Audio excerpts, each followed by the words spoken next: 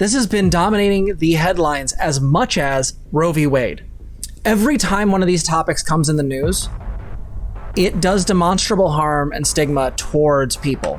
You may say, oh, Jess, you're just offended. Well, yeah, I'm just offended. I'm just offended because I'm not really impacted that much. When people hear the term borderline, they get afraid. We need people to be better about this. Just call out the behavior itself.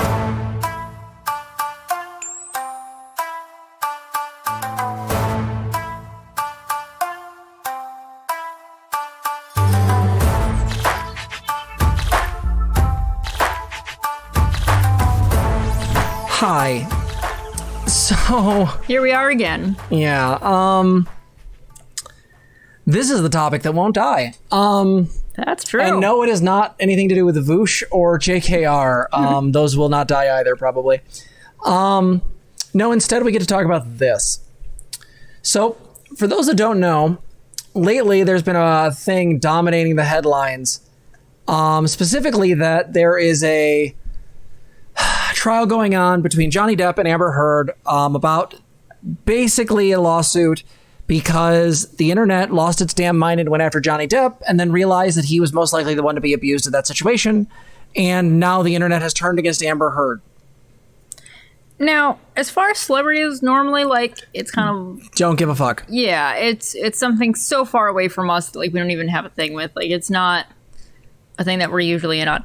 But the stuff surrounding this that we keep seeing from people around us, that's the fucked up. That's also the fucked up part here. So here we are. So this was trending a couple days ago. And as you can see on our account, which you should follow, by the way, on Twitter, at TGirlTherapist, Amber Heard is a psychopath. Okay, so first off, notice the lack of extra H. That is not how you spell psycho. Path. Next, as I said in the tweet, also, please stop talking shit about people with BPD. We are not monsters. Amber is an abuser. Leave the rest of us alone. And then I posted this helpful infographic, to which a bunch of dumb people either argued with me or posted a bunch of things about subtypes that aren't real about borderline. From a guy, I think his name was Millen, and then we looked and he was one dude and there wasn't a ton of research to support his work. My point. Every time one of these topics comes in the news, it does demonstrable harm and stigma towards people. You may say, oh, Jess, you're just offended. Well, yeah, I'm just offended. I'm just offended because I'm not really impacted that much. But the public stigma, as LiQWYD in chat says, is real. When people hear the term borderline, they get afraid. They think of manipulative, lying partners who are going to either hurt them or do a bunch of coke or suddenly go suicidal or any number of things. This is just not the case. Personality disorders, by their nature, are not like other forms of mental illness because they affect you at the core level of how you're set up. And the thing is that with borderline specifically, it really hammers into the fears of being alone and the sense of self that you have. In many ways, what I've said in the past, and I'll say it again, is that being a person with borderline is really hard because your sense of self is built on the people around you. Should those people leave, or at least you feel like they're going to leave, it can feel like you're coming apart. To put that another way, it feels like dying. It is existentially terrifying. So when we flip out about, say, abandonment, it's not just, oh, wait, I'm going to be alone. It feels like our sense of self is coming apart. Why this matters is that right now, this is one of the largest trials that's currently happening. This has been dominating the headlines as much as Roe v. Wade because the internet fucked this up and now they can't let it go. They went with their normal thing of the guy must be the abuser, and they were wrong. Twitter fucked up hard and went after Johnny Depp. And did Johnny Depp do some fucked up shit? Sure. Compared to her? Yeah, I know which way I side on that. I'm going to go with the pirate. I don't know what Amber Heard's actual diagnosis is, and I actually don't give a fuck. I don't. I just don't. It's her personal business. As long as it's relevant to the trial, sure. But her BPD is not what made her abusive. BPD has lots of things. Feelings of worthlessness, intense emotions, emotional ability. That means emotions change quickly and sometimes for no reason. It means that you can engage in self-harm and things like that because you think you're not worthwhile. There are a lot of things that this does, and it sucks. You can dissociate. You can be paranoid. You can engage in destructive behavior. Yes, you can deal with even explosive anger. But there are tons of people that deal with these symptoms that don't escalate to abuse. I constantly live in fear that I'm abusive to my partner. Why? It's not because I'm abusive. It's because the fact of the matter is that I've been so stigmatized by this diagnosis and by my history of the behavior that I had that was because of this diagnosis. The fact of the matter is that I would constantly be afraid that I was doing something to hurt my partner or manipulating them or doing something in some way to try to pull some type of particular outcome. I have moments where I literally think I'm being empathetic and then I question it and wonder if this is some manipulative tactic. I don't voice this shit half the time to Zena because it happens so frequently that I don't even know what to do with it. It's like being gaslit by everybody because borderline literally sets you up to sit there and go, am I being manipulative? Am I doing this to hurt people? Do I not actually know my own intentions? Because there are things that people with BPD can do that suck. Self-fulfilling prophecies is one of them. We will sometimes push away people we love and get explosive and hard and really difficult with them because we're afraid that person's going to leave and we want to prove ourselves right. And eventually the person, rightfully so, will leave because they don't want to be around our bullshit. And so we then prove ourselves right. Some fun facts. I like this thing because it's actually pretty solid. So let's go over it real quick. 5.4 million people in the U.S. experience BPD, which is about 1% to 2% of the population. That's about the same percentage as trans people. Average mind. BPD people tend to deal with black and white thinking or what is known as splitting. They tend to idealize or demonize the people they love. 7 out of 10 people have committed or have attempted suicide. 1 out of 10 has completed. 50 to 80% take part in risky behavior such as drug abuse or self-mutilation. That's because it's one of the major criteria of the 9. What causes it? Family history of mental illness, childhood trauma, or witnesses of trauma and violence and abuse, neglect and maladaptive environment, brain abnormalities, other unknown risks. How is it treated? Medication can help with mood swings and comorbid disorders, but does not treat BPD. This is incorrect. It does not treat BPD directly, but it can deal with things like the emotional ability, the depression, the anxiety. BPD is something you have to live with. It's not going to, borderline is not just going to go away, but you can deal with a lot of the more intense things through medication. I think that is, they just aren't very clear in that statement. Helps mood swings and comorbid, but does not treat, yeah, I think they really just mean the symptoms. Just have to be careful because there's a lot of myths out there saying nothing, medications don't do anything, so don't try them, which is what I want. Yeah, no, about that one. Psychotherapy is the only proven method to treating the disorder. So again, I would say this is partially true. Psychotherapy is very useful for treating it, and it should go hand in hand. The specific type of therapy that is almost always used is DBT, and a follow-up close second would be EMDR. So DBT is dialectical behavior therapy. They said treat, not cure. There's a difference, Admiral. It reads to me like they meant medication. Meant that? Yeah, that's fine. Yes, that is the correct statement, yeah. I would, but no, medication cures. That's a weird. I don't know.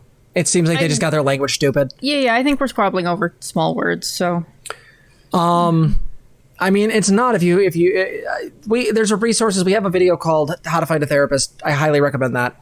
Long-term and intensive therapy is required to achieve sustainable recovery. Yes and no. It depends. But generally, yes. BPD stigma, selfish, difficult, manipulative, attention-seeking, treatment-resistant. So attention-seeking right out the gate isn't true because that's a histrionic issue. But words and beliefs that are often used by society and health providers to describe BPD are often very negative. In fact, we've talked about on stream before that the words used in clinical settings tend to be very negative, and due to the passed-down nature of clinical experience, a lot of times these myths can get passed down. Next, this stems from shared belief that BPD individuals tend to invoke negative emotions on others. BPD individuals struggle to receive help because society fears fear of them coming in contact with them. So again, the reason why borderline is called borderline is because it used to believe that it was the borderline between psychoses and neuroses. So you were somewhere between neuropathy and psychopathy. Like, ugh. This is not the case. This is something that's built into your personality. It can be treated. It can be worked with. But you have to look for help. DBT is great. EMDR is also really great. I highly recommend them, especially if this has to do with anything that deal with trauma, complex PTSD, and the like. You look for things like DBT, EMDR, dialectical behavior therapy, and eye movement desensitization and reprocessing. Because that's got the ability to tackle some really like core memories and core stuff that might have triggered trauma for people. True. So again, what is the point? At least for me, is that, and I'll pass the torch over to Zena. I hate seeing this stuff. I hate it. I fucking hate it. I understand that everyone really hates Amber Heard right now, that she right now looks like an absolute nutter. But we have to be very careful as leftists and very careful as people that care about the mental health of others to not let that bleed over into continuing ongoing stigma that does systemic harm. As I said earlier, I'm offended because I'm in a somewhat position of privilege. But there are people who this is actively can be harmful to because they've watched this trial fucking closely and a bunch of dumbass TikTok people sat there and did body language fucking analysis because they think they're fucking psychotherapists.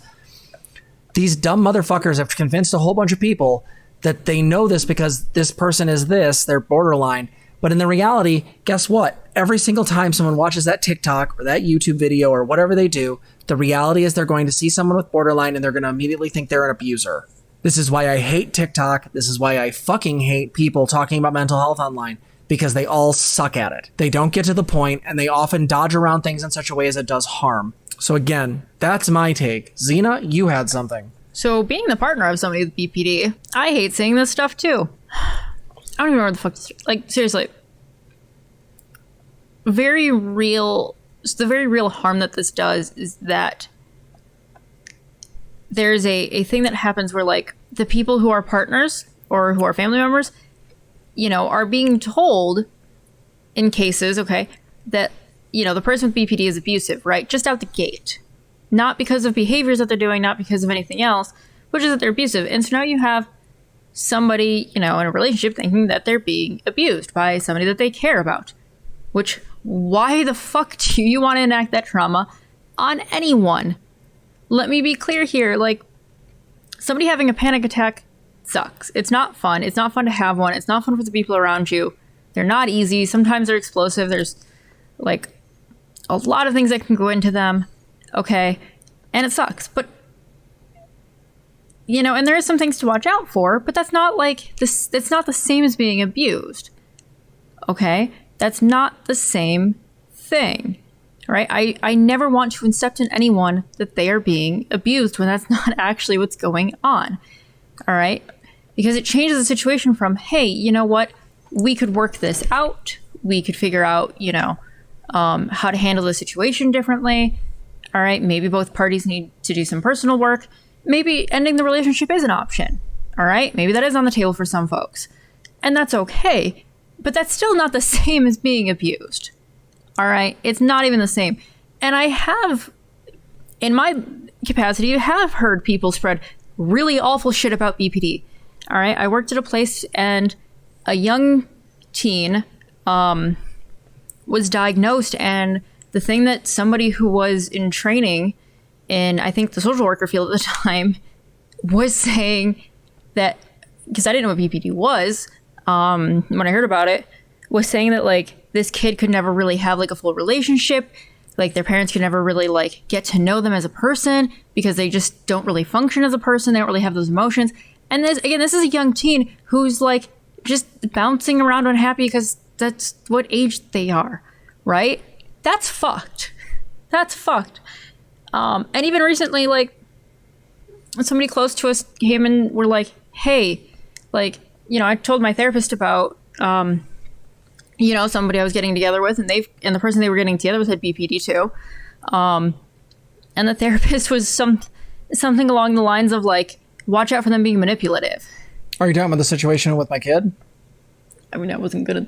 You can just say it. My kid went to their therapist, mentioned that they started dating somebody who had BPD.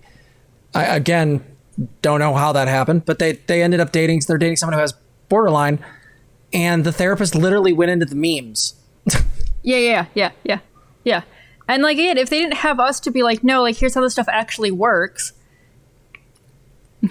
Guess what? You just told a young kid that, like, they need to watch out for their partner being abused, and that they need to abusive, or I'm sorry, their partners watch out for their partner being abusive. Like, what the hell? All right, it's not the same. And again, even if, like, Jess and I do run into messy stuff, we do, but it's not. Oh, I'm a fucking mess. You guys think I'm like put together? We're both a mess. I mean, days when we can't stream, like. There's crying, there's exploding. There's a lot of crying goes on for like at least a day or two. We're a little better now. But some stuff is really hard to deal with because this is really important to us. It hits a lot of big core things for us. And so I guess this thing, when we're talking about abuse, you can talk about the behaviors themselves. You can talk about, things around that. All right. But you don't need to be like they're abusive because of BPD. Because no, that's not true. Right? That completely misses, like, no, Jess is really intense. I think it's great. We are very intense and cuddly and snuggly. There's a reason we can stream together, okay? So I hate saying this stuff, and I hate saying how it affects my partner, right? And I never want, like, our kid and their friend to have to suffer either because of this. It's awful. And this is not just random people. It's from clinicians, too, in the system. Like, we need people to be better about this, right? You can always be more nuanced. Just call out the behavior itself. You don't need to give it all this, extra reasoning for it being some big, scary, bad thing, or scary, big, bad word, okay? You just call out the actual thing that you see happening as an observation, as an I statement. There you go. Done. So, that's what I have. Yeah, the reality of this is that when we talk about mental illness, we need to talk about it from a certain perspective. I'll be also honest that there was an article that came up later we might talk about later this Sunday, or if we have stream again later. But basically, long story short, is there was an article that came up that talked about neurodiversity and the way in which, like, essentially it was talking about how neurodiversity is still a mental illness and all these people are suffering and why are they, like, trying to make it a positive. And it was nonsense. It was by an author who is just anti-sex work, anti-trans. Just they're terrible. We'll go over them again sometime.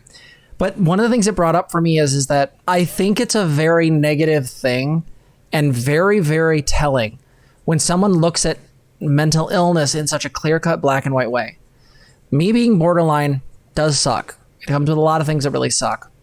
But you know what it also does? It lets me have incredibly intense emotions. When I feel happy, when I feel glad, when I feel scared, I feel those things intensely as fuck. And sometimes it's really nice. When I get excited about a thing, and you guys have seen it on stream, when I'm talking about Godzilla or Persona 5 or any of the other stuff I love, guess what? I get really fucking excited. Yeah, it's true. The thing is that there are positives of this. And the same thing with the neurodiversity thing is that there are really great benefits to being, dealing with autism, dealing with ADHD. There are positives to them. There's also negatives. One of my big issues, and Zena and I have talked about this before on here, is that I think when we talk about these types of neurodiversities or mental illness or personality diversities, to some degree, one can make an argument that we need to have a much more nuanced perspective of them than just they're all bad. Borderline comes with a lot of bad shit. It sucks. But you can work on that stuff. You can get help. You can get support. It exists. And I think it's incredibly important for us to not throw the baby out with the bathwater, right? These things have positives. So we'll talk about that article another time, but that's, I think, what I've got. Yeah, I was just going to say onto that. Oftentimes I do see either like the all good, and we'll only talk about like the positive things and not talk about how it's rough and hard to deal with. And other times we only talk about the bad things. And both of these cut off, seeing somebody as a whole person, right? Or silence people. It silences them or cuts. Well, that's what I mean. When it cuts you off from like actually seeing somebody or silences the other person. I mean, yeah. Well, a great example is like if you're in a very quote unquote woke space or whatnot, one of the big issues is that talking about struggles with neurodiversity can actually get your head bitten off, right? Because the people will be like, oh, well, that's just how that is, instead of being like, yeah, this sucks sometimes. Like having ADHD sucks sometimes. Yeah, yeah. Well, then they'll turn on you. I've seen where like people will turn on you and then be like, well, now you're stigmatizing ADHD. And I'm like, no, it is somewhat difficult to deal with. That is a thing. No, the neurodiversity warriors bug the fuck out of me. But yeah, I mean, again, nuance. It doesn't have to be black and white, you know? So, anywho, with that said, again, we're going to keep complaining about this because it's going to keep happening. If you guys are watching the Amber Heard, Johnny Depp stuff, my big request is to just be thoughtful. First off, remember that psychopath has 2 H's. Third off, just actually try to be thoughtful about this stuff. And remember, this is parasocial, like a lot. Well, and also, like, again, if this woman is dealing with this stuff, like, yeah, she's done some evil shit, but if she's legitimately dealing with some sort of psychopathy, she's not well. How do we deal with that? We can't just immediately go to negative stereotypes. Like, she's clearly got other issues going on, because BPD doesn't push you to do the shit that this woman's done. Maybe it was being an Aquaman. I don't know. Anyway, we'll see you in the next one. If you like this video, please like, comment, and subscribe. Also, consider donating to us. You can support us on our website, transgirltherapist.org. You can also help us on our Patreon, link below, or you can become a member here on YouTube. Thank you so much for watching.